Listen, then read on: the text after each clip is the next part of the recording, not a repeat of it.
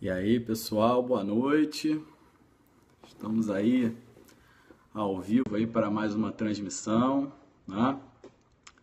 Vamos esperar aí o pessoal entrar. Enquanto isso, eu vou fazendo alguns ajustes nas conexões. Boa noite aí para todo mundo. Hoje a gente vai tratar de mais um tema bem complexo, né? Agora, caminhando no processo penal, vimos aí a teoria do bem jurídico lá no direito penal, e agora a gente vai tratar aí de um tema muito importante, que é a teoria do garantismo penal, com base numa obra magnífica, né? Uma concepção teórica do professor Luiz Ferraioli, evidentemente, né? Vamos esperar então o pessoal entrar aqui. Vou tomar um cafezinho. Enquanto a gente espera aí o pessoal entrar, evidentemente.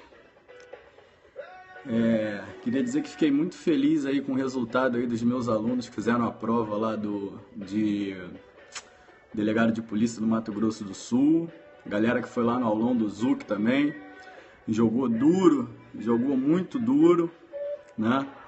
E conseguiu aí um desempenho muito bom, né? Num contexto geral aí, né? da prova, evidentemente. E também fiquei muito feliz porque caiu uma questão falando sobre o tema que a gente abordou na sexta-feira. Na sexta-feira a gente bateu um papo sobre a teoria do bem jurídico, sobre a concepção teórica do bem jurídico, e aí logo lá no domingo, na prova do Mato Grosso do Sul, para delegado de polícia, apareceu uma questão bem dogmática, interessante, né, sobre o tema, o que mostra o que vem acontecendo de um tempo para cá nos concursos públicos, principalmente quando a gente fala de direito penal e de processo penal, de uma evolução muito grande, né? Principalmente nas matérias de direito penal e processo penal, e aí o cara que entra, né, numa linha de seguir aquele estudo convencional, né, aquele estudo ordinário, aquele estudo típico do manual, ele acaba escorregando nessas questões que são decisivas, né? Então, evidentemente, o estudo para concurso pelos manuais ele é importante, ele é fundamental para você construir uma base teórica, mas alguns temas precisam ser trabalhados com uma maior densidade, como, por exemplo, lá no direito penal, a teoria do bem jurídico, a questão dos princípios, a questão das teorias de domínio, né, no tema concurso de agentes, as questões da legitimação dos desvios causais, a imputação objetiva, tudo isso precisa ser trabalhado, né, com uma maior profundidade, porque isso, infelizmente, é exigido aí para aquela galera que está fazendo concurso público, tá? Queria agradecer já a presença aí do meu querido amigo, professor Montes, né? O melhor professor de Direito Penal do Rio de Janeiro, meu parceiro lá na delegacia, né? Um cara que é excepcional em tudo que faz, né? E é muito bonito também, né? Bom ver ao vivo. Vi ele ao vivo lá no aulão do Zuc, cara. Pô, é mais bonito que qualquer ator de novela desse aí. Queria agradecer também, entrou aí agora ele, ó, @HiltonZuc, o mestre dos aulões. O Zuc realmente é um cara fascinante, né? Domina aí, né, a área dos concursos públicos, mata pau, adivinha a questão, joga muito duro, né? Comanda lá aquele aulão maravilhoso, né? Aquela plateia ali cheia de faixa preta, como ele diz mesmo, é o cara ali que está com o distintivo da mão, tá? O Zuc fala, se você é faixa branca ainda, está começando, assiste lá as lives, assiste às aulas, compra o Zucderno, né? Quando tu tiver ali afiado, aí tu vai pro aulão, parte pro aulão, que lá é jogo duro. Aliás, Zuc, ó, eu quero um Zucderno, hein? O Zuc tá me devendo um Zucderno, porque ó, eu tenho praticamente todos os livros de direito penal. Estrangeiro, então, tem um monte, né? Eu vi minha biblioteca aqui, qualquer dia eu vou mostrar para vocês. Tem livro argentino, tem livro espanhol, tem livro alemão, tem livro chileno, né? Tem livro norte-americano, livro inglês. Agora, só me falta mesmo para completar a minha biblioteca aí é o Zucderno, né? O Zucderno é que está ali, né? Estão ali as dicas, né? Mas vamos lá. Vamos então começar, porque para a gente não se estender também muito no horário, né?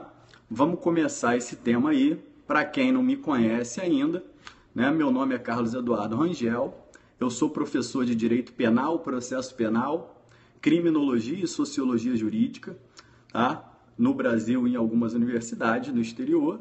Eu sou doutorando em Direito Penal pela Universidade de Buenos Aires e trabalho como delegado de Polícia Civil aqui no estado do Rio de Janeiro, né? Na companhia lá do meu querido professor Marcos Montes.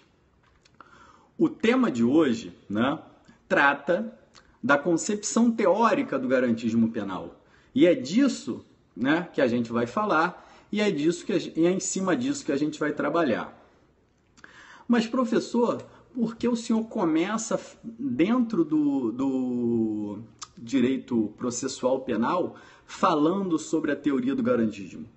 Bom, primeiro, né, existem aí dois motivos principais. Queria mandar um beijo, entrou agora ao vivo a minha querida professora, musa do Direito Constitucional, professora Tayane Moraes.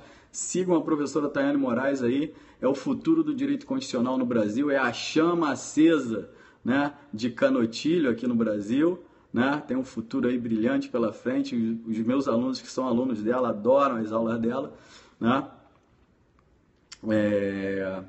Mas, como eu estava falando, retomando aqui a minha introdução, uma aula sobre teoria do garantismo penal, ela repousa em dois motivos, tá? Primeiro, o primeiro motivo, e é o principal motivo, é a necessidade que hoje nós temos aqui de realinhamento do processo penal brasileiro à Constituição. Ou seja, nós temos que realizar, na verdade, uma releitura, um realinhamento de ordem constitucional do processo penal brasileiro. Mas por que isso, professor?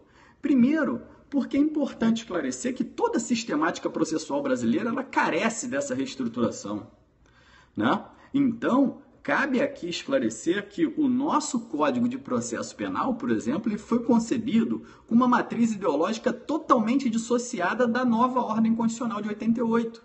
Ora, nós temos um Código de Processo Penal que aí, não obstante as suas frequentes e reiteradas alterações, na verdade, a concepção, né, uma cópia, né, do Código Rocco, que foi editado em 1930 na Itália fascista de Mussolini. E aí vão surgindo as primeiras perguntas, os primeiros questionamentos. O que eu vou esperar de um Código de Processo Penal de 1941, de inspiração tipicamente fascista? O que eu vou esperar de um Código de Processo Penal que foi elaborado tão somente para dar uma operacionalidade a um sistema inquisitivo e servir aos regimes autoritários? O que eu posso esperar de um Código de Processo Penal que tem uma matriz ideológica totalitária e que se mostra a todo tempo num choque de tensão, num conflito com a própria ordem constitucional? E a partir daí, nós, aqui no Brasil, passamos a vivenciar diversas alterações pontuais nesse sistema processual penal, que, a bem da verdade, não passaram de meros retalhos, meros remendos na legislação, já que a base matricial em si, totalitária, se mostra incompatível com a ordem constitucional democrática.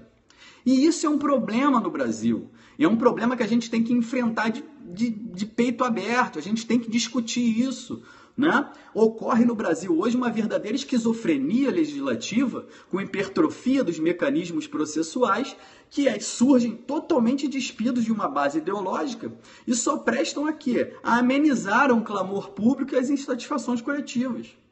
Não há base ideológica, não há harmonia no sistema processual, não há organização no processo legislativo.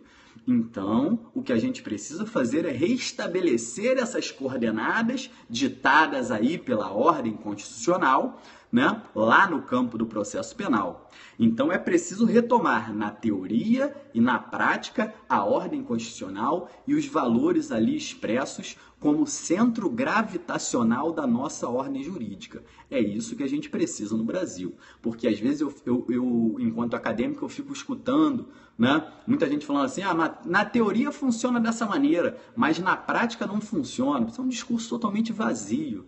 Né? É preciso a gente ter uma fundamentação teórica para dar efetividade às nossas ações práticas, certo? Sem isso não existe. E o segundo motivo, aí já é um motivo de ordem sentimental, né? É a necessidade de superação de um grave equívoco sobre a teoria do garantismo penal. É muito provável, mas muito provável mesmo, que todos que estão aqui me assistindo, em algum momento da sua vida, já tenham ouvido falar na teoria do garantismo penal. Todo mundo já ouviu falar na teoria do garantismo penal. Assim como qualquer operador de direito que transita aí na área criminal também já ouviu falar na teoria do garantismo penal. Isso é um fato, né?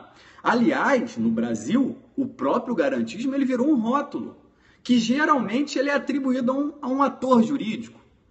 Quem nunca ouviu assim uma frase? Pô, aquele juiz ali é muito garantista, não é isso? Opa, caiu aqui.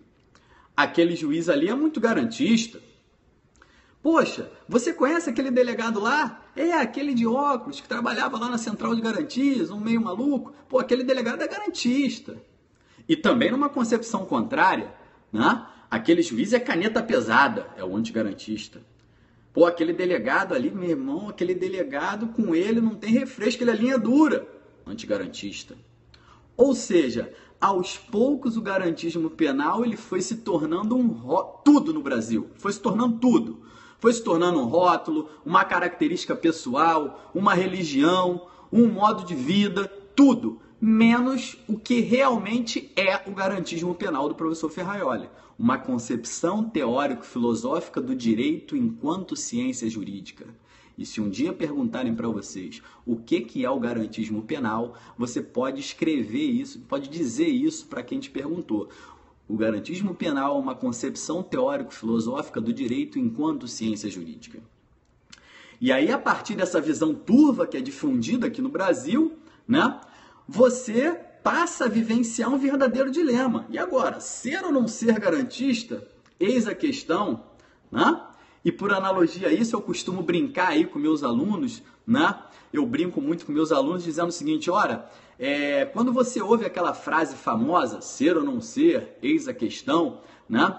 Nesse momento, né, qualquer um vem à memória aí a imagem, né, do personagem de Hamlet, né, de Shakespeare, né, segurando, né, a caveira de Yorick e falando essa frase, ser ou não ser, eis a questão, e olhando para a caveira.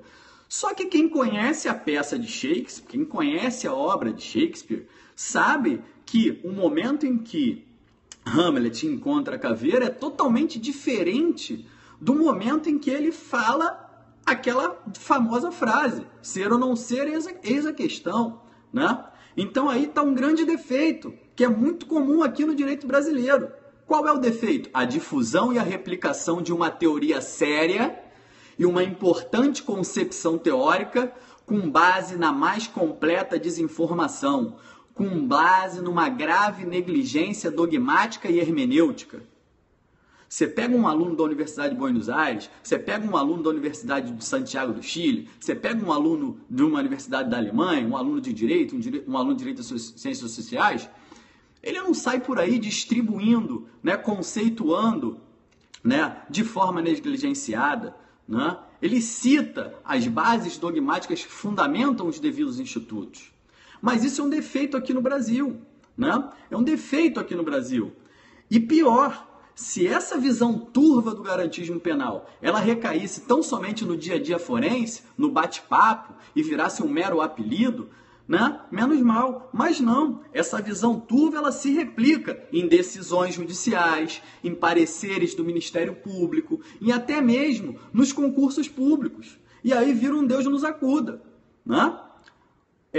existem isso, vem desde 2013, né? Eu fiz uma breve pesquisa, né, antes de começar as aulas, né, de tratar as aulas do garantismo penal, fiz uma breve pesquisa, desde 2013 para cá, vem dispensando teoria do garantismo penal em concurso público, para delegado de polícia, para membro do Ministério Público, para membro da magistratura, e em nenhum momento há uma preocupação em se conhecer essa concepção teórica, né? E aí o candidato, né, que vai enfrentar esse tipo de questão, ele muitas das vezes ele vai enfrentar só com base no ouvir dizer, sem um mínimo compromisso hermenêutico. E aí o que acontece? Desliza na resposta. E muitas vezes a banca também desliza fazendo a questão. E aí o resultado é inevitável, né? A anulação da questão. Bom, então, para concluir essa introdução, eu tenho que falar para vocês, para quem está chegando agora, que o estudo da concepção teórica do garantismo penal, ele é importante por dois motivos. O primeiro motivo que nós tratamos, a necessidade de realinhamento constitucional do processo penal brasileiro. O problema do conflito ideológico entre um sistema penal de matriz autoritária e uma ordem constitucional democrática, fundada na limitação do poder punitivo do Estado e no respeito ao núcleo mínimo de garantias. Essa é a primeira necessidade. E o segundo motivo é também a necessidade de superação de um grave equívoco sobre a teoria do garantismo penal. É o problema brasileiro de enxergar o garantismo penal como um rótulo e não como uma concepção teórica. O fato de reconhecer esse defeito e readequar essa questão interpretativa não significa nossa submissão à teoria do garantismo penal. Pelo contrário, eu devo conhecer a concepção teórica do garantismo penal porque ela também merece críticas, ela também é objeto de críticas. Cabe a nós identificar os seus erros, identificar os seus acertos e definir a sua efetiva aplicabilidade prática. Certo?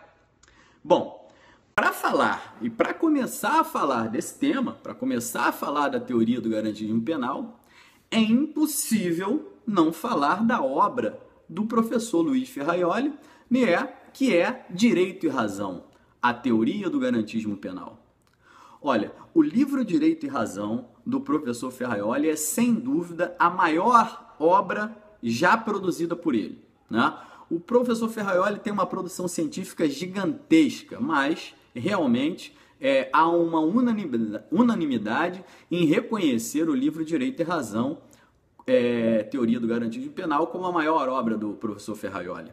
E quando eu trato dessa obra, eu me recordo das lições, né, do meu professor Dr. Roberto Bergali, lá da Universidade de Buenos Aires, né, que o professor Roberto Bergali ele costuma dizer que Direito e Razão do Ferraioli é um marco intelectual que tem a mesma proporção da obra dos Delitos e das Penas de Beccaria de 1764.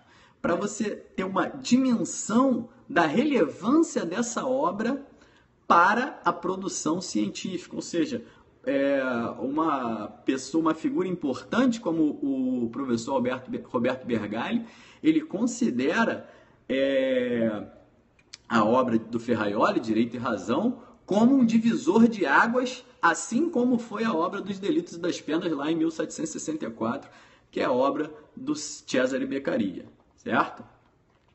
Então, o Direito e Razão, essa obra do professor Ferraioli, vamos falar aqui brevemente nela, porque ela realmente a bibliografia indicada para quem quer um maior aprofundamento dentro desse tema, mas ela tem um certo problema, ela tem cerca de 1000 páginas, né? Tem cerca de 1000 páginas, ela é dividida em 5 grandes capítulos, né? 5 grandes partes, né? Onde após de tratar de questões epistemológicas e teóricas, situando a correlação aí entre a razão de ser do direito penal, o Ferraioli mergulha, né, na construção de uma teoria para o garantismo penal. Então, ao postular aí em sua tese as chamadas condições de globalização típicas da pós-modernidade, Ferraioli passa a analisar um ideal de democracia e as formas de racionalidade que podem sustentar esse ideal. Então, nesse caminho, nessa trajetória, Ferraioli enfrenta problemas das sociedades pós-industriais e pós-coloniais, verificadas a partir da consolidação de um sistema capitalista global, que foi, evidentemente, gradativamente, né, pontualmente, impondo aí a sua dominação ou a sua razão, né, com base no discurso de uma economia livre, de uma economia de mercado.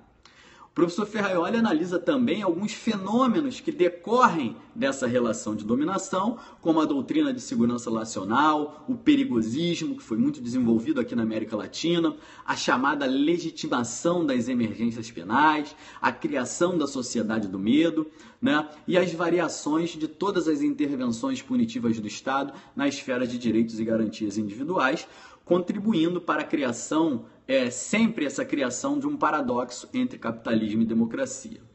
Então, com base nessas reflexões, Ferraioli passa a realizar uma análise dos sistemas penais ocidentais de uma maneira geral, à luz de uma teoria argumentativa, evidentemente, que busca aí valorar, né, a real efetividade dos direitos humanos, né, e dos direitos fundamentais. Então, num breve resumo aí, só para vocês terem uma dimensão, no primeiro capítulo, Ferraioli traça aí uma reflexão especulativa acerca do papel de busca da verdade, a verdade como sendo o eixo processual legitimador da pena, que representa, em última instância, a expressão final da intervenção punitiva, né? A sanção, o castigo, né? E aqui a proposta do professor Ferraioli se debruça na busca de uma verdade enquanto norte, né? Afastada daquele ideal de verdade real, né? Essa verdade vinculada à democraticidade do processo, ao exercício de uma intervenção punitiva através do sistema composto por um núcleo de garantias. E aqui, no meu ponto de vista, né, vai aparecer o primeiro problema dessa concepção teórica, assim, no meu ponto de vista, na minha forma de enxergar o direito processual penal, a minha visão, o meu conceito de verdade, né? Eu acho que o conceito, a palavra, o problema não é a adjetivação da verdade, né? A existência de uma verdade real, de uma verdade processual. O grande problema aí é a própria palavra verdade, a concepção da palavra verdade, porque na verdade é um juiz, né? O ator jurídico que tem um poder decisório, ele analisa um fato, no presente ele analisa um fato passado que vai gerar efeitos futuros. Ou seja, ele não faz uma cognição, o juiz não conhece, né, dos fatos, ele reconhece, é uma atividade recognitiva. E se é uma atividade recognitiva, o conceito de verdade ele não se encaixa, né? Então, os processualistas mais contemporâneos admitem até que essa verdade no processo é uma verdade mitológica, né? Existe a mitologia da verdade, né? Habermas já dizia que a verdade é o todo e o todo é muito para nós seres humanos, né? Uma frase típica do professor Jürgen Habermas, né? Então, no primeiro capítulo, Ferraioli trabalha um pouco esse conceito de verdade, mas se destaca aí da verdade real e vê que a verdade é uma verdade enquanto norte, é uma verdade enquanto orientação, é uma verdade enquanto ícone, é uma verdade utópica, né? Seria uma utopia, a verdade no processo seria uma utopia, mas a utopia é necessária porque serve para a gente ter um norte, um caminho, né? Um segmento. Então, essa verdade seria vinculada a essa ideia de democraticidade do processo que limitaria a intervenção punitiva, né? Num equilíbrio aí de um sistema composto por um núcleo de garantias fundamentais e estruturantes. No segundo capítulo, Ferraioli já passa a se dedicar ao estudo das teorias de justificação e algumas teorias abolicionistas do direito penal, uma concepção abolicionista, não que ele a defenda, ele passa a se debruçar sobre essas teorias, as teorias que justificam o direito penal e as teorias abolicionistas que visam afastar o direito penal. E aí ele passa a refletir sobre a fundamentação e a argumentação dos critérios racionais para a intervenção punitiva, a racionalização da intervenção punitiva, evitando aí a injustiça, uma eventual injustiça nos processos de criminalização e é isso que ele busca aí no segundo capítulo da sua obra. O segundo capítulo que eu digo é a segunda parte, né? São vários capítulos.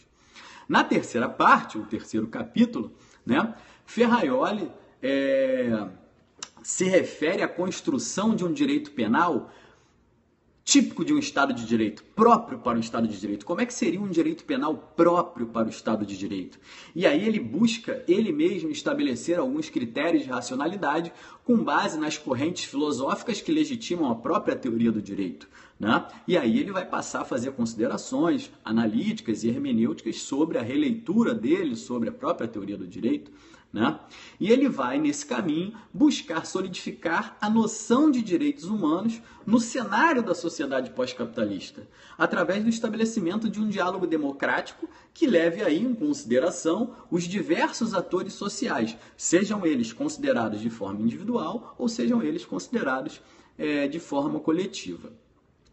No quarto capítulo, Ferrajoli traça um estudo específico sobre o direito punitivo italiano, né, identificando aí as contradições geradas, né, no próprio Estado de Direito diante das chamadas emergências penais, legitimadas a partir dos discursos de combate ao crime organizado e outras formas de manifestação de violência. E Ferrajoli viveu muito essa época, né? A época da grande repressão às máfias italianas, né? A máfia napolitana, a Camorra, a Cosa Nostra, né? E ele vai observar, né, a alteração, a impactação da intervenção punitiva do Estado legitimada por esse discurso. E aí o professor, nesse cenário, o professor Ferrajoli analisa o que ele chama de instauração da exceção penal, né, como uma característica que é marcante e inevitável na ruptura da democraticidade do Estado de Direito. E aí ele vai começar a dar exemplos de como isso se verifica tanto no direito penal quanto no processo penal. E aí no direito penal, o professor Ferrajoli vai indicar alguns sintomas dessa ruptura do Estado Democrático de Direito e dessa instalação do regime de exceção penal. Como, por exemplo, criação de tipos abertos, criminalização de formas de participação, tipificação de crimes de perigo abstrato, né? E lá, principalmente lá no campo processual, que é o que hoje nos interessa, a inversão do ônus probatório, a violação da presunção de inocência e a permissão de atos coercitivos, né, por parte dos órgãos aí de operacionalização do sistema de justiça criminal. Você vê que, traçando um paralelo entre a realidade italiana do discurso antimáfia, há uma nítida correlação com a nossa realidade brasileira de hoje, que vive um discurso do Estado, um Estado de um discurso anticorrupção, né? Você também tem que parar para observar no âmbito, no cenário social brasileiro, quais são as implicações desse discurso, né, anticorrupção, desse discurso de combate à impunidade, desse discurso de crimes contra a fazenda pública, contra o erário público, né? Quais são as repercussões processuais e penais nesse aspecto? E aí, assim, um paralelo muito interessante, eu trabalho um pouco isso, né, na minha tese de doutorado. E por fim, no capítulo 5º, o professor Ferrajoli passa a expor, aí sim, as bases teóricas, né, da sua teoria do garantismo penal. Queria mandar um abraço agora, entrou agora ao vivo aí meu compadre, meu amigo, parceiro, o professor Fábio Monteiro, o melhor professor do Brasil nos temas Direito Penal, Parte Especial e Legislação Penal Extravagante, não há melhor, tá? Acompanha aí o professor Fábio Monteiro, melhor nesse tema. Mas, retomando aí, né, o capítulo 5º, Ferrajoli passa realmente a estruturar a sua teoria do garantismo penal nessa última parte da sua obra, né? E aí ele traça uma proposição baseada num estudo de um direito que se legitima, evidentemente, a partir do respeito à lei. Ele parte desse dogma, né? E segundo Ferrajoli, a concepção do garantismo penal ela assume 3 significados: o garantismo como modelo de direito, o garantismo como uma teoria do direito e o garantismo como uma filosofia política.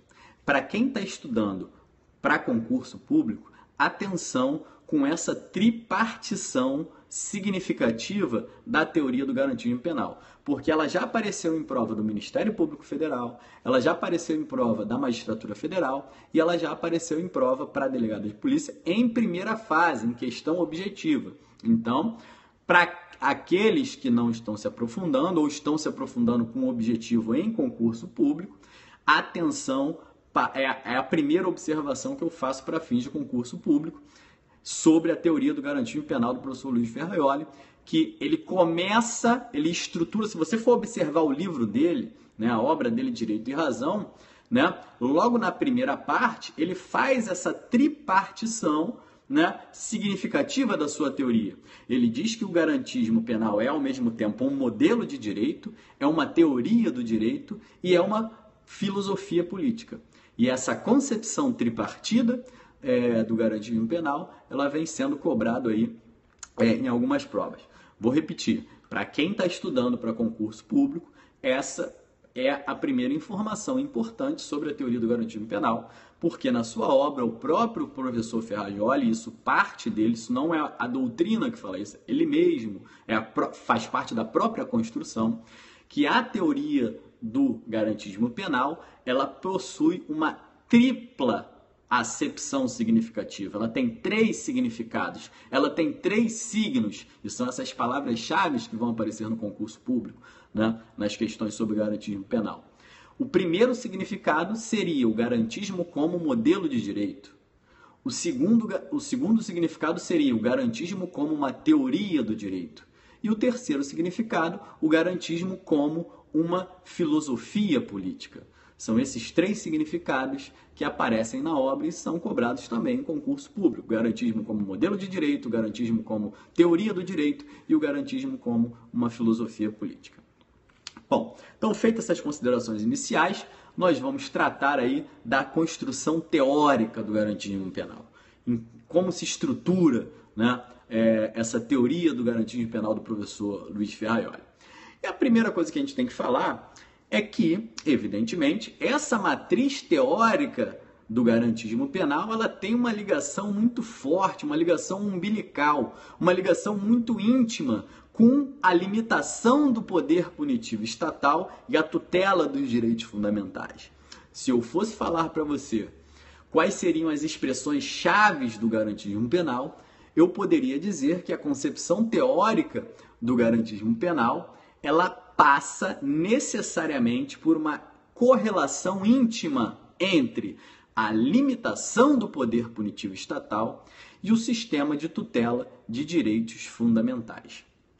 Para Ferraioli, inclusive, a proteção desses direitos fundamentais, enquanto, evidentemente, uma decisão política essencial que marca a legitimação democrática do próprio poder do Estado e próprio poder do povo e a sua transferência para o Estado, constitui o fundamento existencial do próprio direito.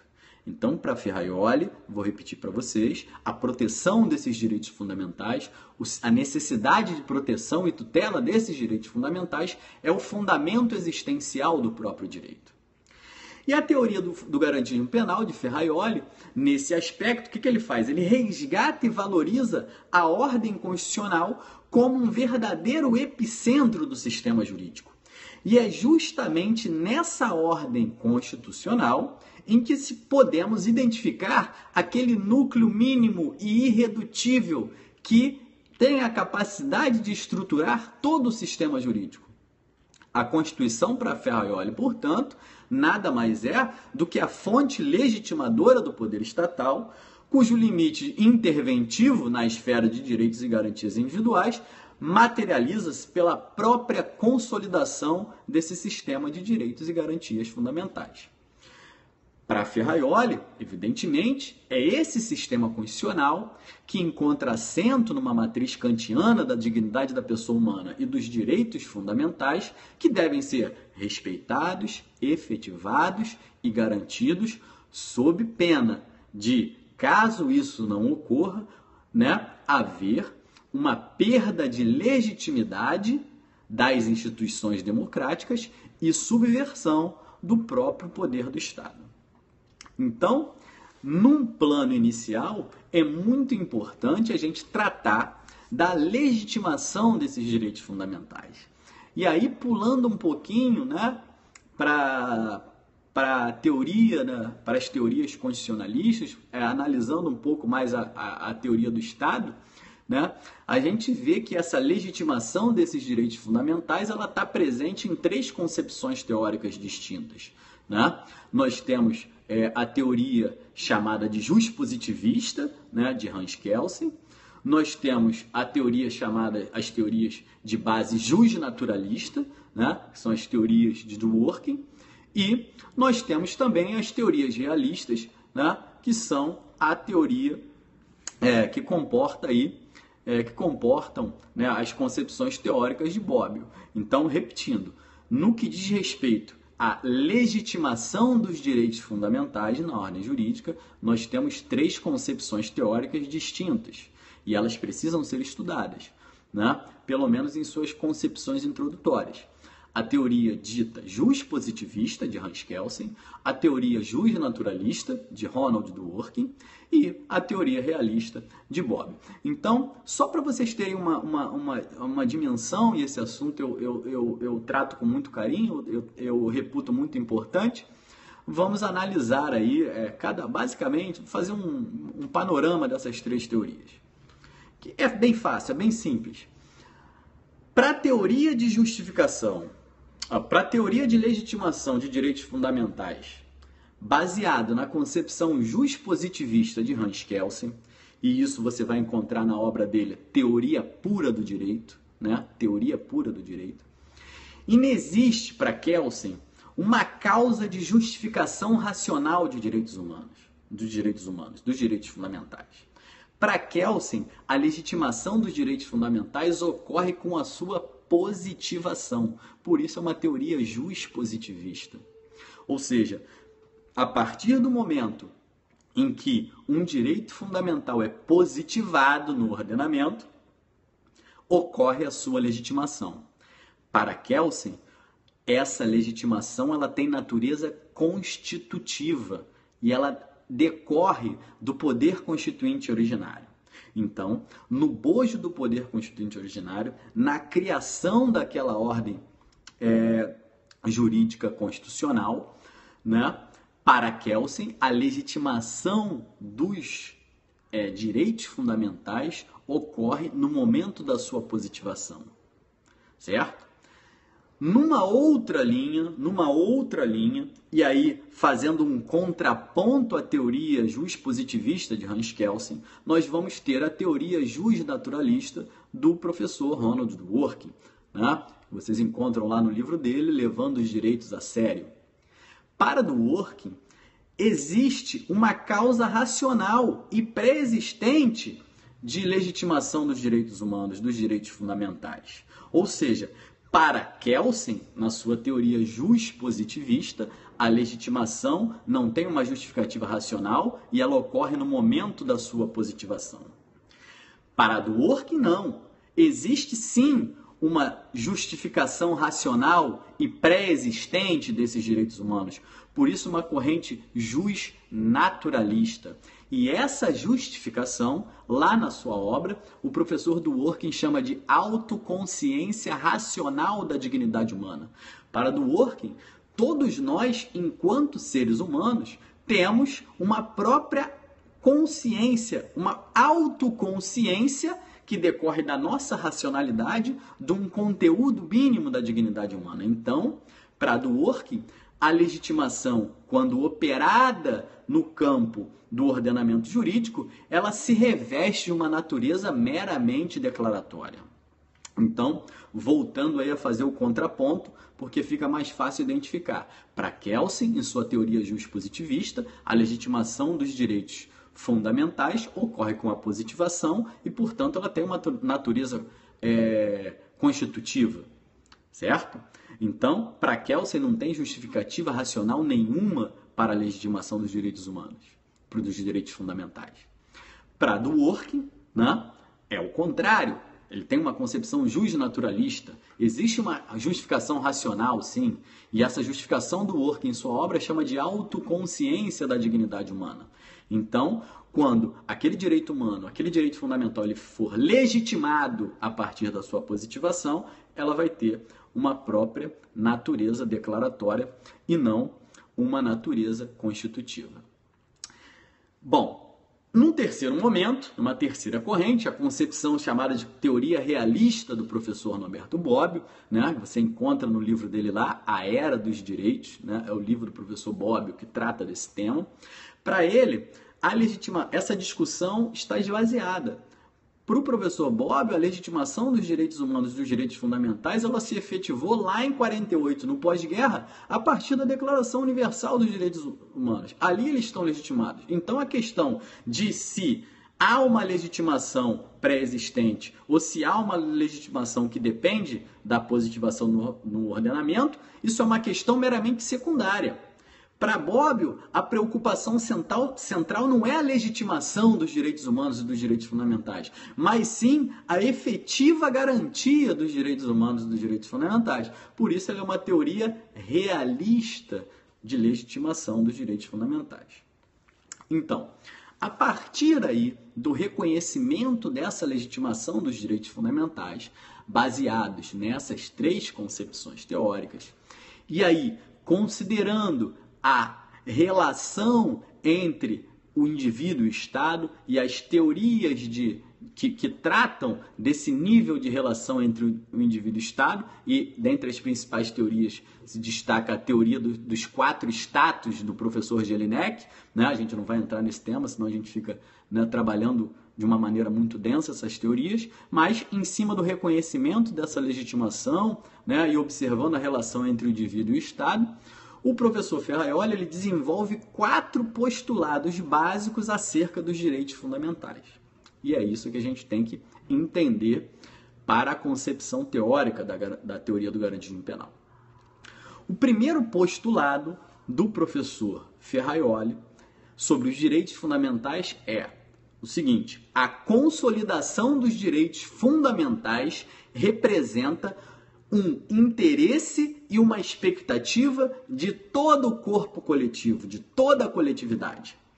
E aí estão representadas, né, as diversas convergências de titularidades daquelas parcelas de poder de cada o indivíduo enquanto componente da sociedade, transferindo essa parcela ao Estado para a formatação do Estado democrático de direito, certo? Então, o primeiro postulado do professor Ferraioli sobre os direitos fundamentais, repetindo, é a consolidação dos direitos fundamentais representa um interesse e as expectativas da coletividade.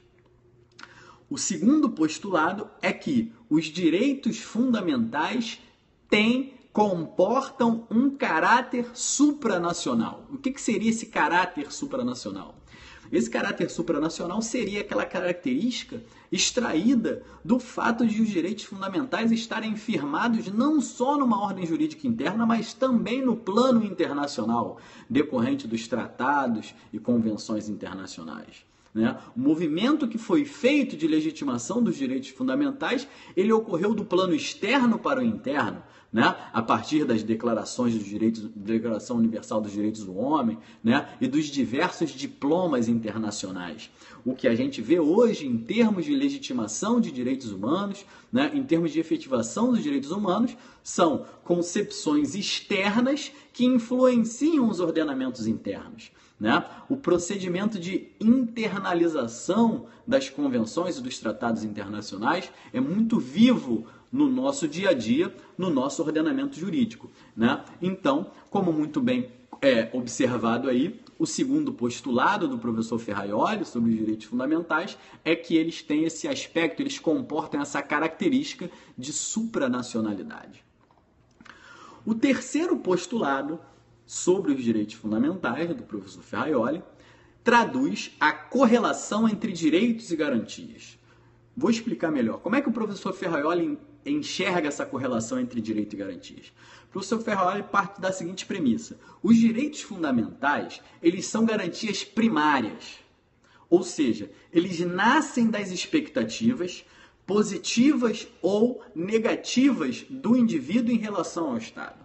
Então, cada indivíduo, né, ao estabelecer e ao firmar aquele pacto fundamental da Constituição da República, né, ele, no campo dos direitos fundamentais, ele espera comportamentos positivos, como, por exemplo, a efetivação de um direito social à saúde, né, ao lazer, à educação, ou comportamentos negativos, né? Interferência na vida, interferência na liberdade, interferência na violação na inviolabilidade domiciliar, né? Ou seja, um comportamento negativo do Estado. Então, os direitos fundamentais para o professor Ferraioli são chamados de garantias primárias. Por quê? Porque ele nutre expectativas positivas ou negativas do indivíduo na sua relação com o Estado, na sua relação dita vertical entre o Estado e o indivíduo. A partir de eventual violação de qualquer dessas garantias fundamentais, dessas garantias ditas primárias, nascem as chamadas garantias secundárias. As garantias secundárias nascem dessas violações das garantias primárias e elas se materializam pela imposição ou de uma reparação por parte do Estado ou pela aplicação de uma sanção judicial. Então, na correlação entre direitos e garantias, o professor Ferraioli faz a diferenciação entre garantia primária, que são os direitos fundamentais, as expectativas negativas ou positivas de um indivíduo em relação a um comportamento adotado pelo Estado, e, a partir de uma eventual violação, né, evidentemente uma nítida base contratualista, né? A partir dessa eventual violação, nascem as garantias secundárias. E essas garantias secundárias elas vão ser materializadas pela imposição de uma reparação ou pela aplicação de uma sanção judicial. E, por fim, o quarto postulado do professor Ferraioli, e o mais importante, e é aí que a gente vai trabalhar a concepção teórica do garantismo penal que interessa, né, ao processo penal, é quando o professor Ferraioli faz a diferenciação estrutural entre direitos fundamentais e direitos patrimoniais. Preste atenção. O quarto postulado do professor Ferraioli, ao tratar aí dos direitos fundamentais, é sem dúvida o mais importante, né, para o nosso estudo, para o estudo da concepção teórica do garantismo penal no campo do direito penal e no campo do processo penal. Então, nesse quarto postulado, o professor Ferraioli faz uma diferenciação entre direitos fundamentais e direitos patrimoniais. E ele fala o seguinte: os direitos fundamentais, eles estão vinculados a toda uma classe de indivíduos, enquanto, num outro campo, os direitos patrimoniais, eles estão vinculados somente aos seus titulares. Vou repetir, para o professor Ferraioli, que faz uma diferença estrutural, tá, entre direitos fundamentais e direitos patrimoniais, ele fala o seguinte: olha, os direitos fundamentais, eles estão vinculados a toda uma classe de indivíduos. Os direitos patrimoniais, eles estão vinculados somente aos seus respectivos titulares. E a partir dessa diferenciação estrutural entre o que é direito fundamental e o que é direito patrimonial, o professor Ferraioli retorna lá atrás à teoria do direito e faz uma revisão do direito positivo. E essa revisão recebe o nome de neopositivismo. A doutrina conhece como o neopositivismo do professor Ferraioli, né? Por muitos ele é taxado de neopositivismo, ele recebe esse rótulo. E a partir dessa diferenciação que é estrutural, ou seja, ele faz uma diferenciação na estrutura justamente para retornar ao estudo da teoria do delito e retornar à revisão do positivismo jurídico.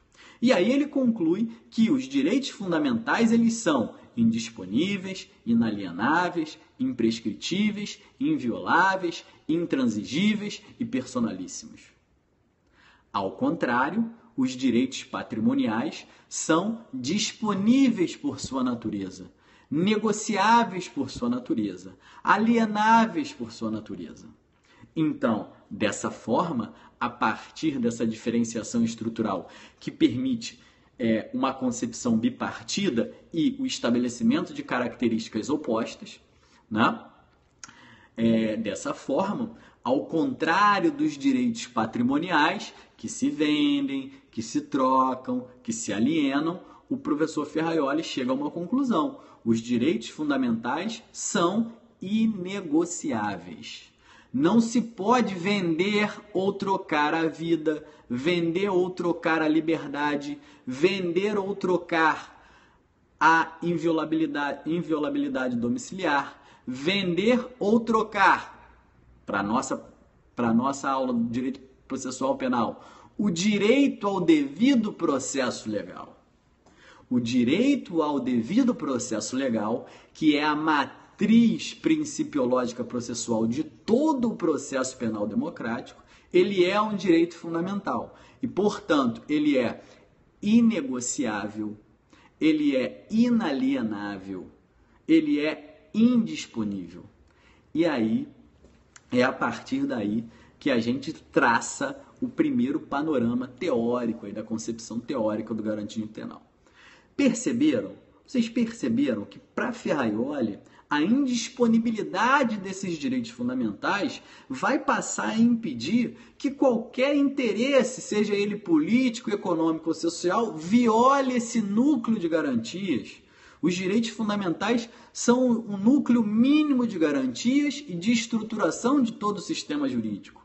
Então, o fato desses direitos fundamentais terem essa característica de indisponibilidade vão impedir qualquer interferência, qualquer perturbação em nível político, econômico e social no campo de violação dessas garantias.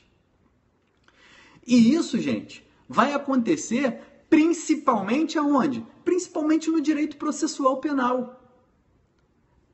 No direito processual penal. Vejam vocês, eu vou fazer uma construção aqui com vocês que eu costumo fazer lá nas aulas, né, da pós-graduação, do mestrado, que é muito interessante. Vejam bem, o direito penal, ele, na construção de um fato punível e na atribuição de uma cominação, de uma sanção penal correspondente a esse fato punível, é meramente uma concepção abstrata. O direito penal em si ele é uma concepção abstrata.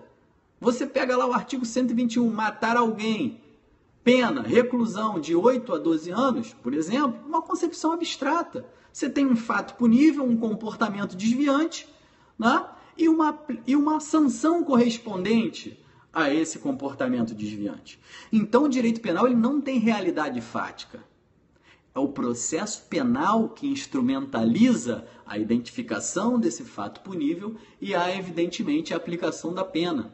Então, o processo penal é o caminho, o processo penal é o instrumento, o processo penal ele é o adjetivo, ele é o viabilizador do direito penal. É isso que a gente tem que ter na cabeça. Né? É essa concepção que a gente tem que ter na cabeça. Que o direito penal ele é uma realidade abstrata, que ele é uma abstração, e que é o processo penal que vai instrumentalizar. Imagina uma linha entre o acontecimento do fato punível, de um lado, e a aplicação da pena. Liga o fato punível, que é o delito, à aplicação do castigo, que é a pena. Se você fizer uma linha ligando, esse caminho do fato punível até a pena é feito pelo processo penal. E é por isso que eu gosto de trabalhar essa ideia de processo penal como instrumento, processo penal pelo caminho, e ao longo das nossas aulas a gente vê as diversas concepções, né?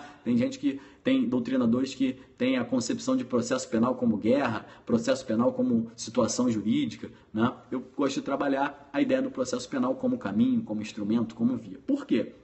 Porque é a partir dessa ideia, né, que a gente chega à conclusão que é o processo penal que toca no homem de verdade.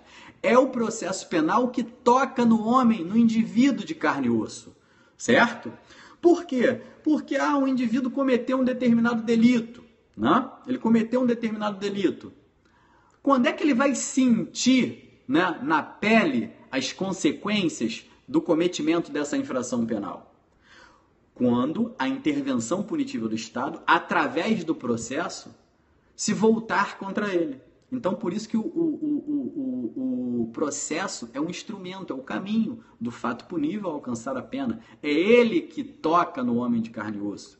E a partir daí, por exemplo, o professor Carnelucci, no livro dele, A Insustentável Situação do Processo Penal, né, ele diz que uma das maiores misérias do processo penal é justamente isso, porque o indivíduo, nesse caminho entre o fato punível e a pena, ele vai sendo punido, para lá no final, né, com a sentença, ele decidir se ele é culpado ou inocente. Então, se ele for culpado, prossegue aí o sancionamento. Agora, se ele for inocente, né, ou seja, ele veio sofrendo todo aquele caminho para só no final ele ser considerado inocente.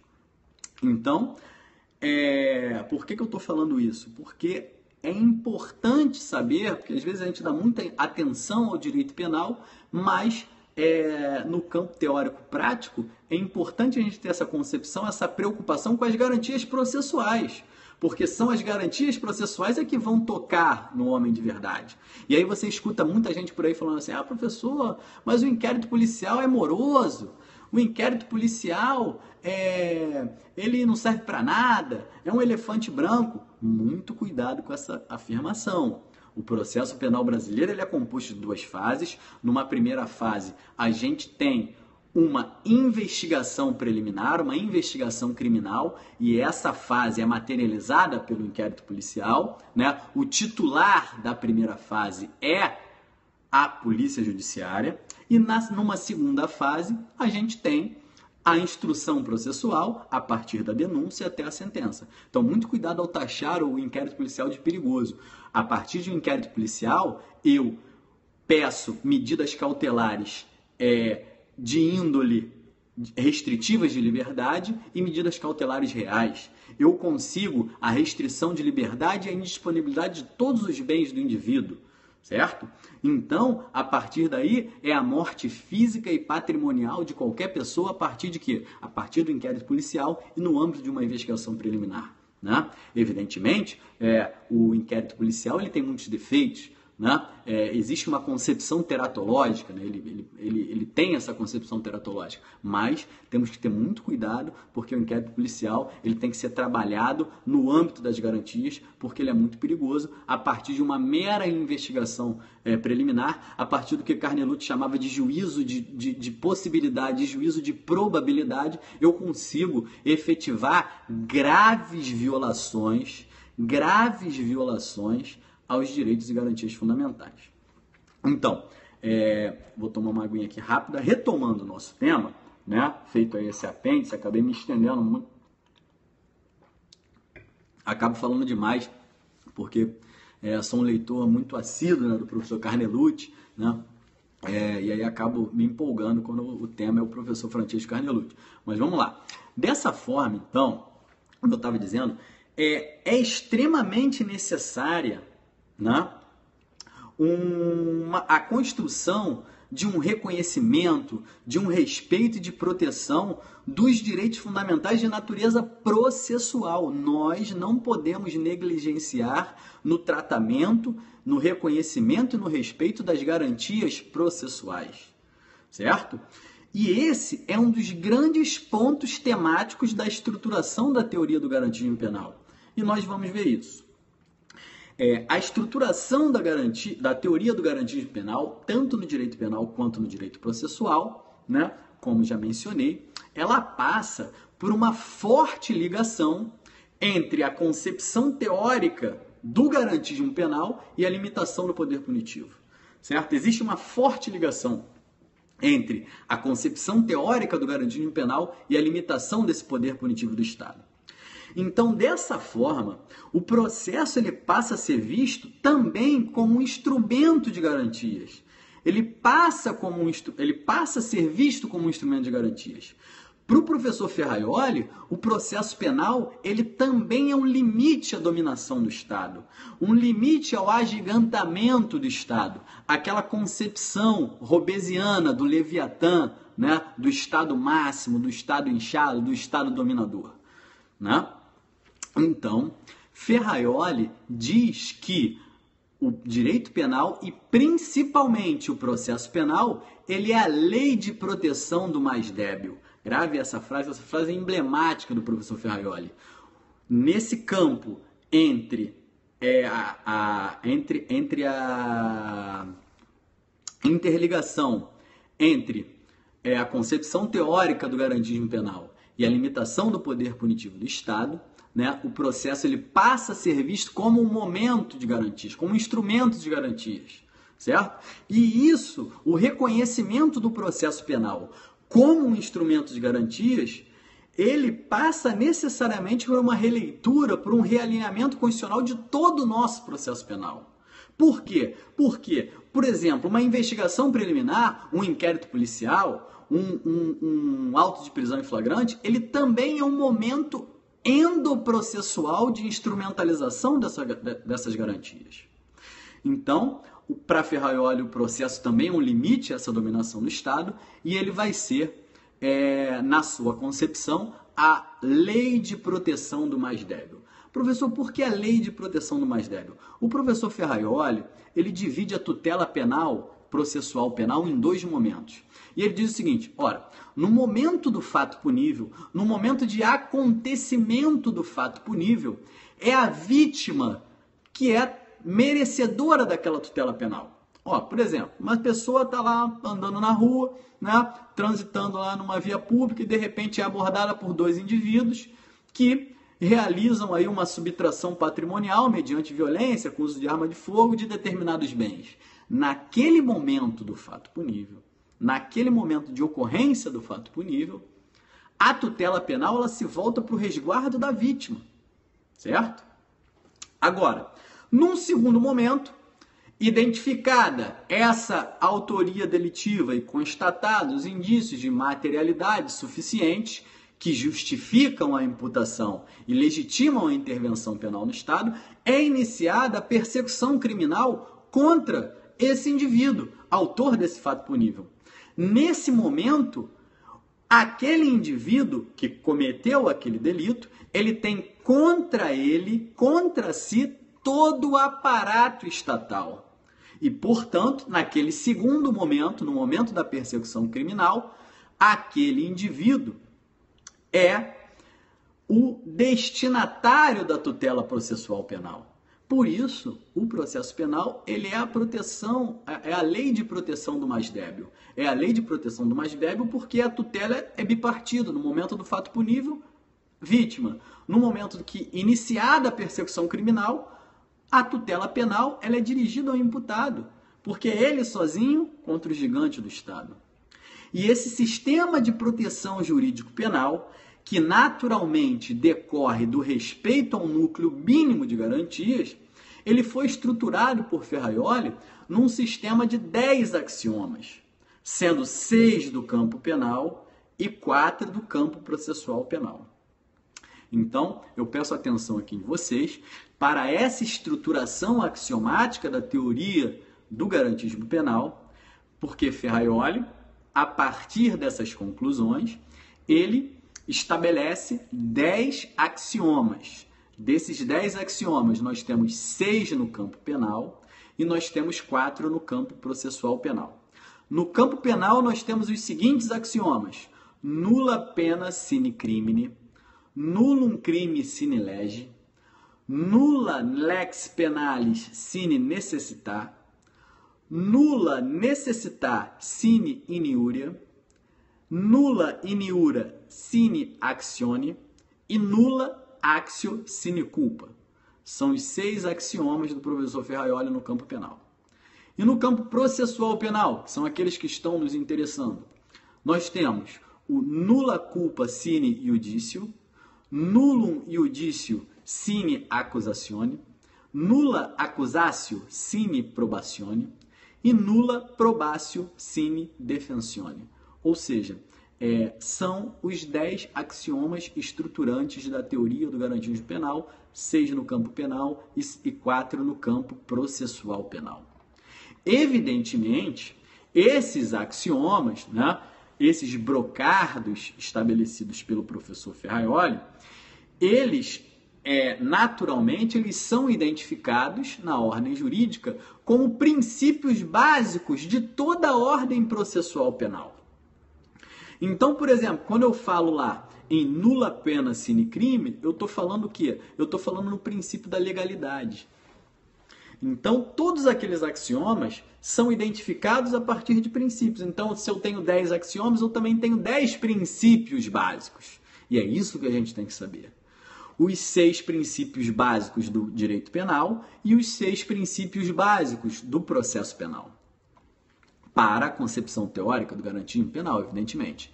Então, no campo penal eu tenho princípio da retributividade da pena em relação ao delito, que tá lá na teoria da pena. Princípio da legalidade, seja a legalidade em sentido estrito ou a legalidade em sentido amplo.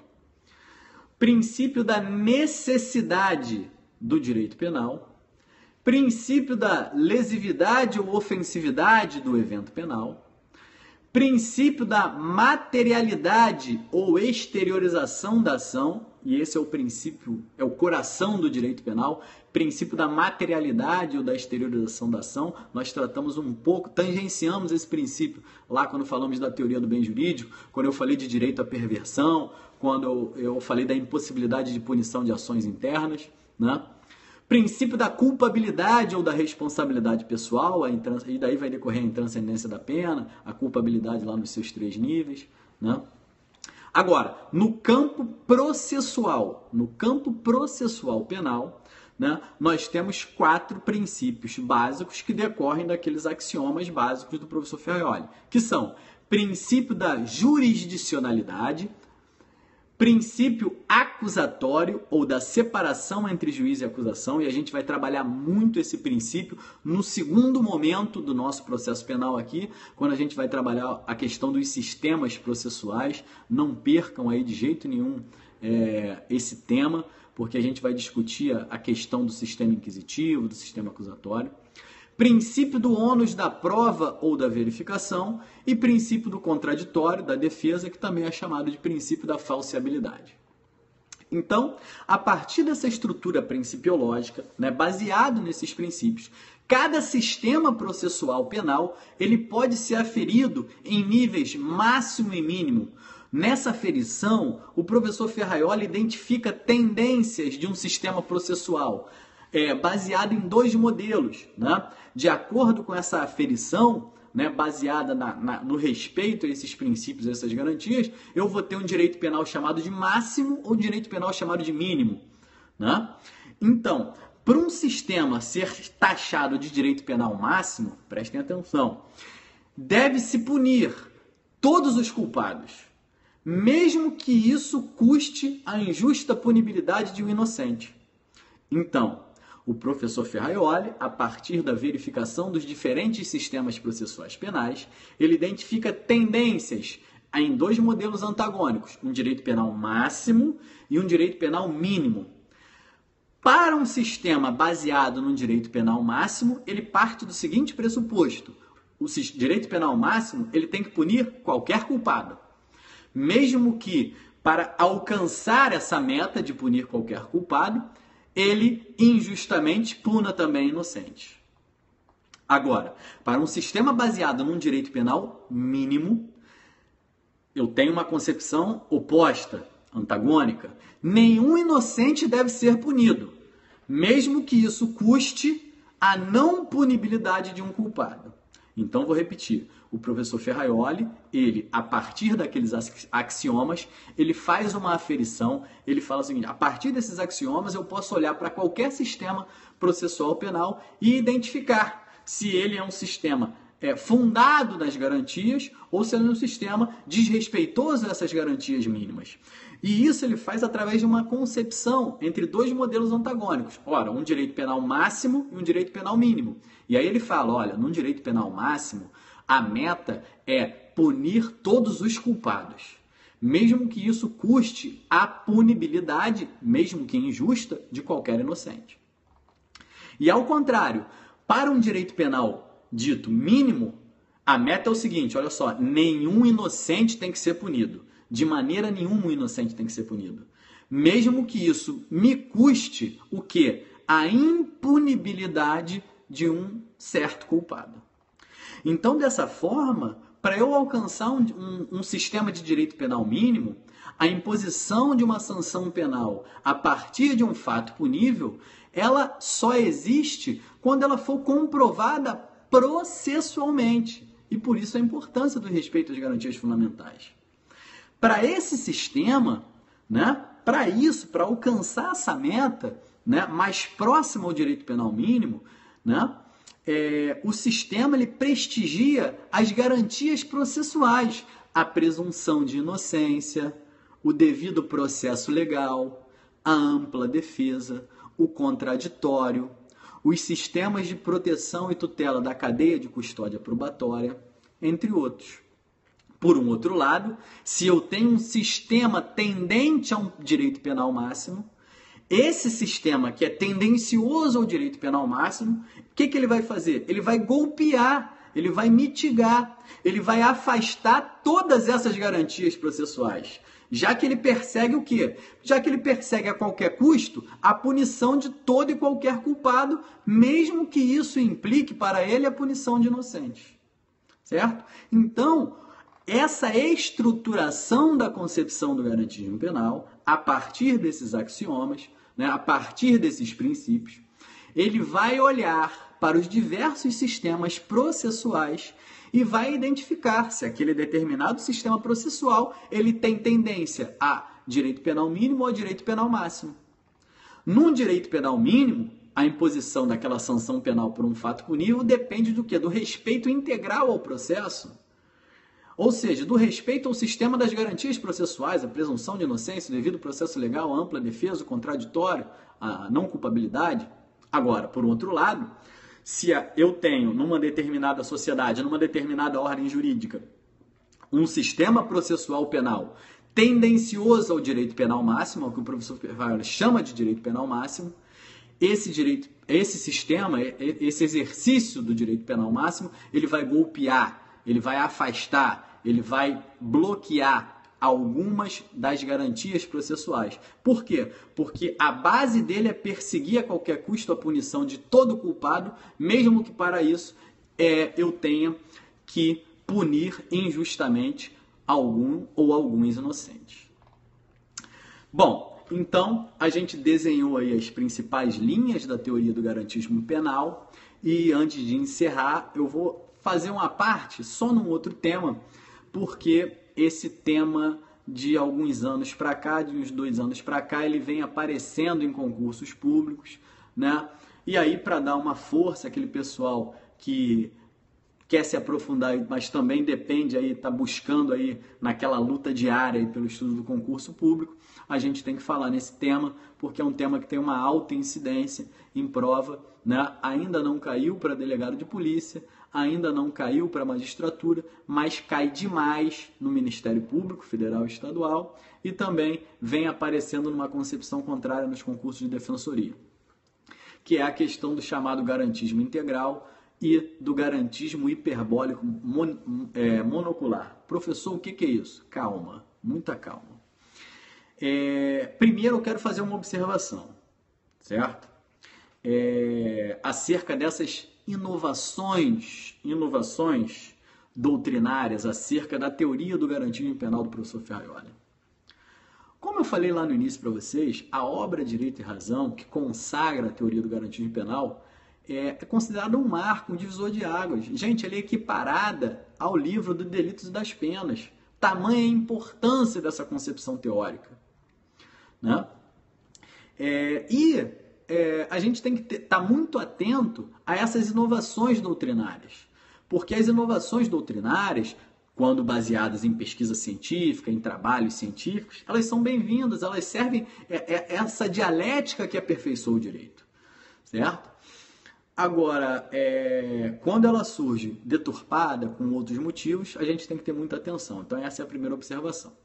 Mas, no campo dessas inovações aí doutrinárias, né, que tangenciam o tema teoria do garantismo penal, né, surgiram aí o que a doutrina costumou taxar de garantismo integral e garantismo hiperbólico monocular. Com todo o respeito que eu tenho pela democratização do ensino, né, pelo trabalho de pesquisa, né, pelo trabalho, pela produção científica aí no campo da produção do próprio conhecimento, sinceramente esse tema, como muito bem coloca aí o professor Lenny Streck, ele está mais próximo da chamada concursocracia do que de uma variação dogmática da teoria do garantismo penal do professor Ferraioli. Então, vou repetir, né, e já adiantando, com profundo respeito que eu tenho a qualquer democratização de ensino, né, com profundo respeito que eu tenho a quem trabalha efetivamente, né, a pesquisa científica, quem se dedica à produção do conhecimento, né, sinceramente eu enxergo que essa inovação, né, doutrinária, ela está muito mais perto da concursocracia, do mercado de concurso, do que propriamente da construção de uma variação dogmática da teoria do garantismo penal do professor Ferraioli. E tal fato também é comprovado porque esse tema só ganhou relevo, só ganhou notabilidade quando passou a figurar em provas de concurso público, né, principalmente no campo do Ministério Público Federal. Mas vamos lá, vamos fazer então um esclarecimento simples para que, se isso vier a aparecer em prova, a gente consiga aí superar essa etapa e acertar a questão, porque para quem está estudando é isso que interessa, né? Olha só, há quem defenda que o garantismo penal do professor Ferraioli, ele comporta uma classificação bipartida, em garantismo positivo e em garantismo negativo. Repita-se. Isso não faz parte da concepção teórica original do garantismo do professor Ferraioli.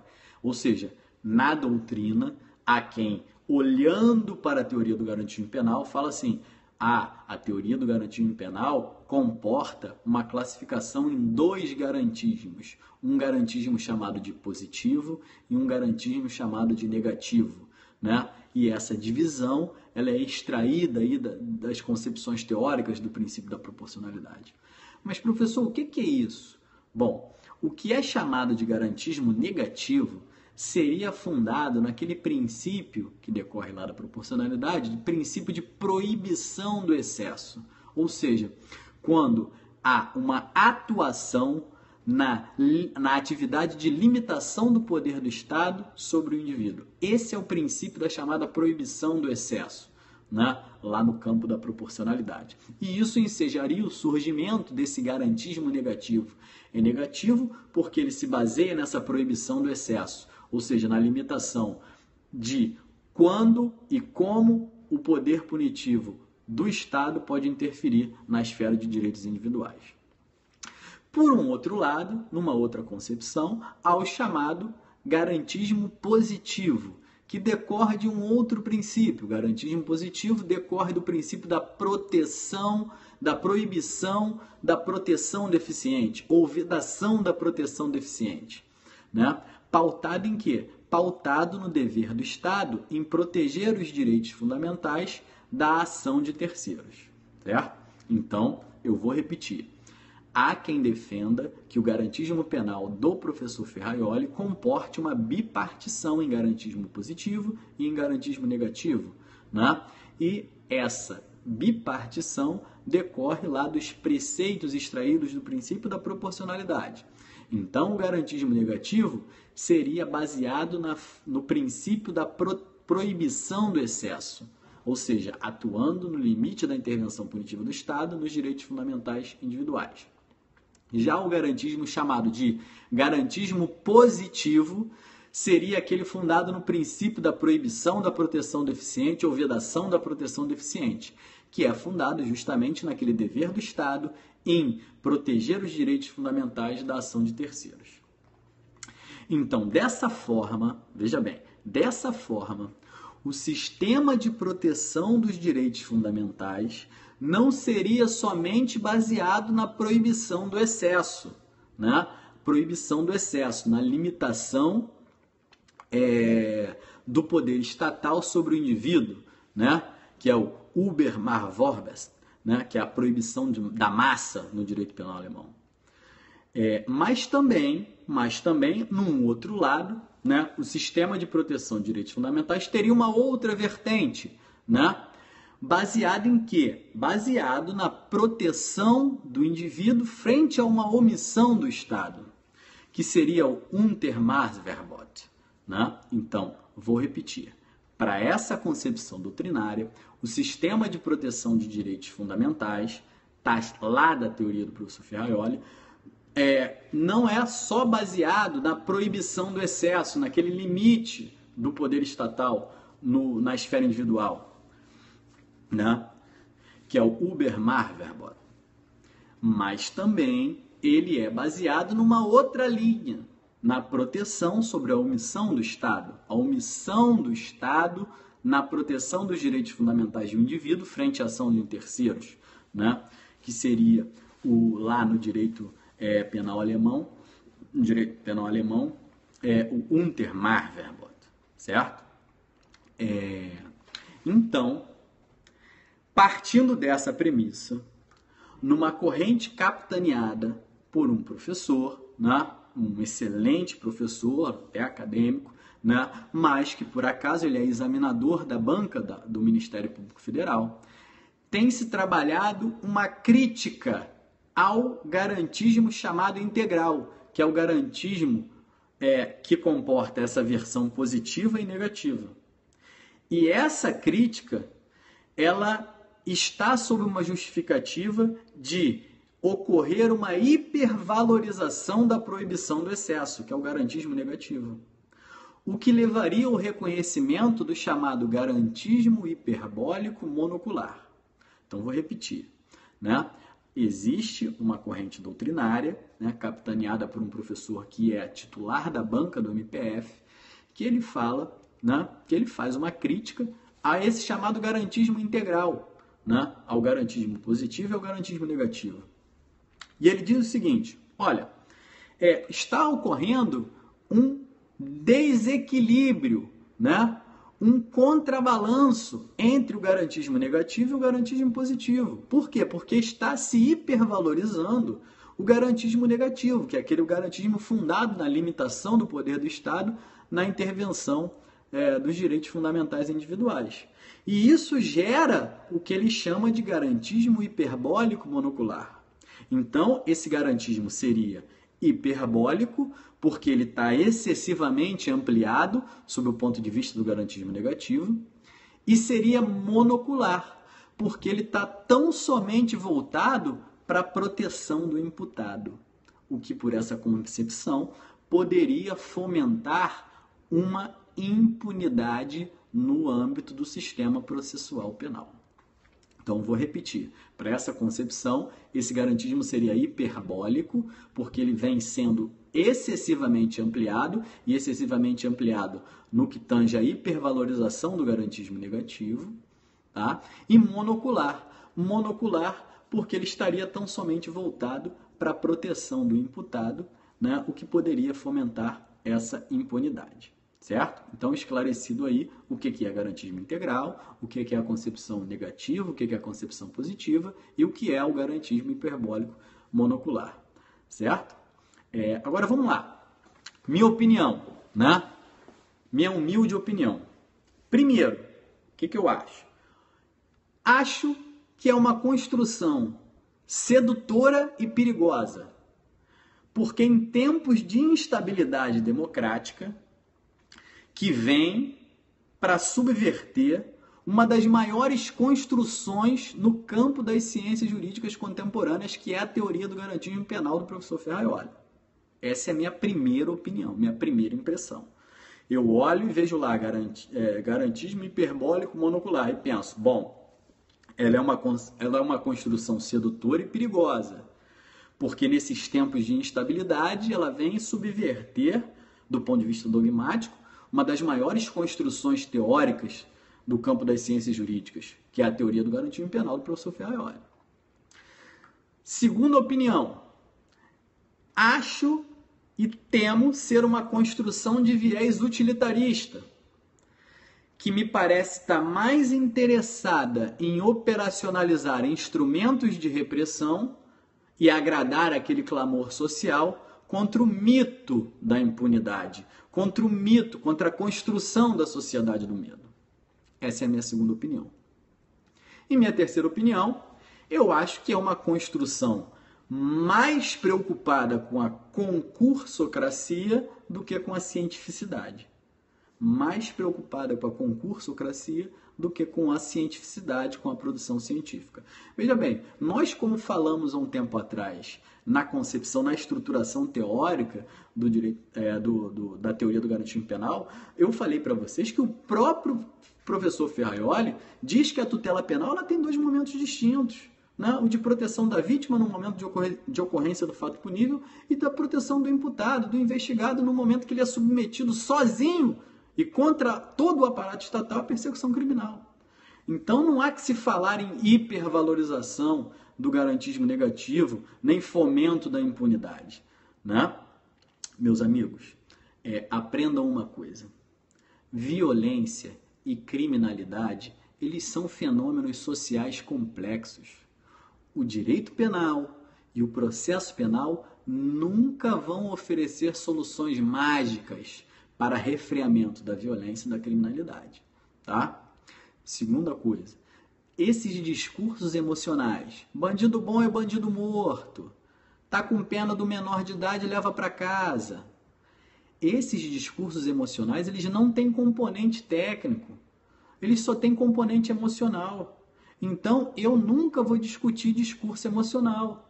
Discurso emocional, tem gente que ama o Flamengo, tem gente que ama o Vasco, tem gente que ama o Botafogo, se bem que depois de ontem esse amor com o Botafogo balançou, né? Mas é a mesma coisa, é um discurso emocional. É desprovido de qualquer componente técnico. Então, para nós que somos operadores, que somos estudiosos do direito, isso não interessa. Né? Só interessa, né, se eu tiver uma construção dogmática, uma construção teórica sólida que justifique um aumento de repressão. Isso eu tenho que ter, eu tenho que construir. Né? Como é, por exemplo, a concepção do direito penal do inimigo. Muito se fala sobre o direito penal do inimigo, o direito penal do autor, muito se deturpa, né, sobre a teoria do direito penal do inimigo, mas ela é uma construção teórica sólida, ela tem base dogmática sólida, ela tem fundamentação. Né? Os seus idealizadores, né, e os seus defensores, né, não se basearam no bandido bom é bandido morto, então é direito penal do inimigo, não é isso? Né? Isso é um retorno à barbárie, isso é um retorno ao totalitarismo. Uma outra coisa que eu gostaria de falar para vocês é que tem um professor meu lá na Universidade de Buenos Aires, né, um professor meu doutorado muito querido, o professor Henrique Del Perce, um gênero, agora professor catedrático de uma universidade na França, e ele, num livro dele, né, chamado Crime, Prejuízo e Castigo, ele começa o livro falando assim, e essa frase me marca muito, né, principalmente pelo fato de eu ser policial. Ele diz o seguinte, ele diz que o grau de civilidade de uma sociedade é inversamente proporcional à quantidade de intervenção policial que ela reclama. Ou seja, o grau de civilidade de uma sociedade ele é inversamente proporcional à quantidade de intervenção policial que essa sociedade reclama. Então, quanto mais a sociedade clamar, tem que ter mais policiamento, tem que ter mais policial, tem que ter mais intervenção, é porque essa é um sinal de que essa sociedade tem um baixo grau de civilidade e, lógico, uma proximidade à barbárie, ao medievo, né? Um retorno aí ao período paleolítico, né? Então, eu vou encerrar aqui a nossa transmissão, né? Antes de encerrar a nossa transmissão, eu queria deixar para vocês uma fala, eu vou ler aqui uma fala do professor Ferraioli, né? Que ele dele aqui quando ele veio aqui no Brasil em 2013, no Seminário Internacional de Ciências Criminais, né? E eu tive o prazer aí de lá em 2013, né, assistir aí pessoalmente, né, o professor Ferraioli. O professor Ferraioli, evidentemente, com a educação, né, com a delicadeza, né, com a sensibilidade que é peculiar, ele antes de fazer a sua intervenção no Seminário de Ciências Criminais, onde também recebeu o título de doutor honoris causa pela Universidade Gama Filho, aqui no Rio de Janeiro. Ele teve o cuidado, né, de enviar uma tradução do italiano para o português, né, para todos aqueles inscritos no seminário, num gesto aí de sensibilidade. E um trecho da fala dele me marcou muito e eu anotei isso, eu costumo replicar nas minhas aulas, eu queria falar para vocês. É mais ou menos assim. Deixa eu ler aqui. O que dizer sobre o genocídio e as guerras? O que dizer sobre os flagelos da fome, da sede e das doenças? O que dizer sobre a vilania das devastações ambientais, a vilania do mercado financeiro sem regras? Para mim, todas essas atrocidades, frutos do anarcocapitalismo desenfreado e contemporâneo, causam muito mais danos e danos muito mais graves a todos os delitos atualmente punidos pela Justiça Penal. Então, o professor Ferraioli ele faz uma crítica, e uma crítica muito contundente, né, sobre o papel do direito penal, o papel do direito penal e do processo penal dentro da ordem jurídica contemporânea, e questionou, ora, se o direito penal, que é instrumentalizado pelo processo penal, se ele é o responsável pela proteção dos bens jurídicos mais importantes, por que o direito penal ele não está olhando para o genocídio, não está olhando para as guerras, ele não está olhando para a fome, para a miséria, para a sede, para as doenças, para as devastações do meio ambiente, para a regra desenfreada do mercado financeiro, para o desaparecimento dos estados soberanos, né, que estão dando lugar aí às organizações globais, né? Então, para Ferraioli, todas essas atrocidades, né, que dizimam a dignidade, que dizimam, né, o ser humano, eles são delitos muito mais graves do que qualquer delito encontrado em qualquer código penal, certo? Então essa é a reflexão final, né, do professor Ferraioli, que eu quero deixar para que vocês tenham a exata dimensão do grau de genialidade do professor Ferraioli, né? Do grau de perspicácia, do grau de intelectualidade, né? E do alto grau de produção científica que tem o professor Ferraioli. Então, gente, muito obrigado. Eu vou encerrar aqui a nossa transmissão. Eu quero deixar aqui para vocês um e-mail, porque às vezes o aluno tem uma dúvida, né? Ele não ficou claro em determinado ponto, ele assiste lá a retransmissão. Então, vou deixar um e-mail, que é o e-mail que eu tenho de exclusivo, né? Exclusivo para contato com os meus alunos, que é o seguinte e-mail, delpol, delegado de polícia, né? delpol.professorcarlosrangel@gmail.com. delpol,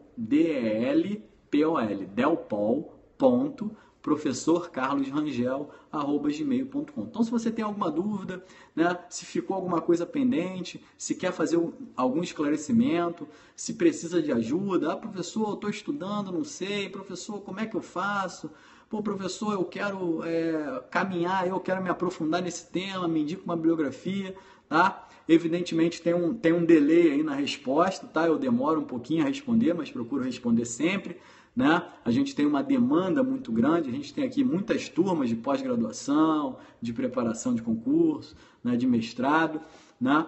Queria dizer também que o pessoal de São Paulo que está me assistindo, né? Na semana que vem eu vou estar lá no Seminário Internacional de Ciências Criminais, né, o 23º Seminário Internacional, comemorando aí 25 anos do IBCCRIM, né, e vou estar ali expondo um trabalho num dos painéis lá, que é o trabalho denominado A Cor do Crime, né, seletividade punitiva e letalidade violenta nos conflitos de intervenção policial, né, uma análise que eu faço sobre etnia, território e modalidade criminosa naqueles homicídios, né, decorrentes de intervenção policial, né, os homicídios justificados, né, no campo da justificação.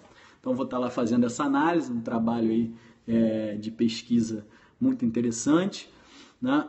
E para quem puder nos prestigiar, vamos estar lá no IBCCrim, que é um evento também imperdível, né? São 5 dias de evento, né? Lá em São Paulo. Bom, então fico aqui agradecer a vocês, agradecer aos meus amigos aí, muitos professores que prestigiaram, professora Tayane Moraes, que está comigo até agora, né? Minha professora de Direito Constitucional, né? Professor Fábio Monteiro, professor Marcos Montes, professor Ailton Zucchi, professor Luiz Marcelo, né? Delegado de polícia. Então, muito obrigado aí, até a próxima transmissão. E nas próximas transmissões a gente intercala, a gente retorna lá para o direito penal, né? E aí vamos tratar aí, né, dos sistemas penais, do conceito de crime, caminhando aí na introdução crítica ao estudo do direito penal. Depois a gente volta para cá para o processo penal, estudando os sistemas penais, o desenho arquitetônico e estrutural do processo penal contemporâneo brasileiro. E aí nós vamos aí seguindo no nosso objetivo aí de democratizar o ensino, de difundir esse ensino. Acessem também a plataforma gratuita onde nós trabalhamos, né, que é o Liceu ACE, um projeto do professor Gustavo Nogueira. Acesse lá o liceuace.com.br, onde você tem cursos completos de direito processual civil, agora a professora Tayane vai colocar um curso completo de direito constitucional. Eu, o professor Fábio Monteiro e o professor Montes vamos colocar um curso completo, né, de direito penal, processo penal, né, e leis penais especiais. Eu também vou trabalhar muito essa linha crítica em cursos apartados, de forma totalmente gratuita, evidentemente, né? E também vou começar a trabalhar lá a criminologia, a sociologia e a filosofia do direito. Bom, gente, é isso aí. Muito obrigado aí por todos, tá? E um abraço aí para vocês. Até a próxima.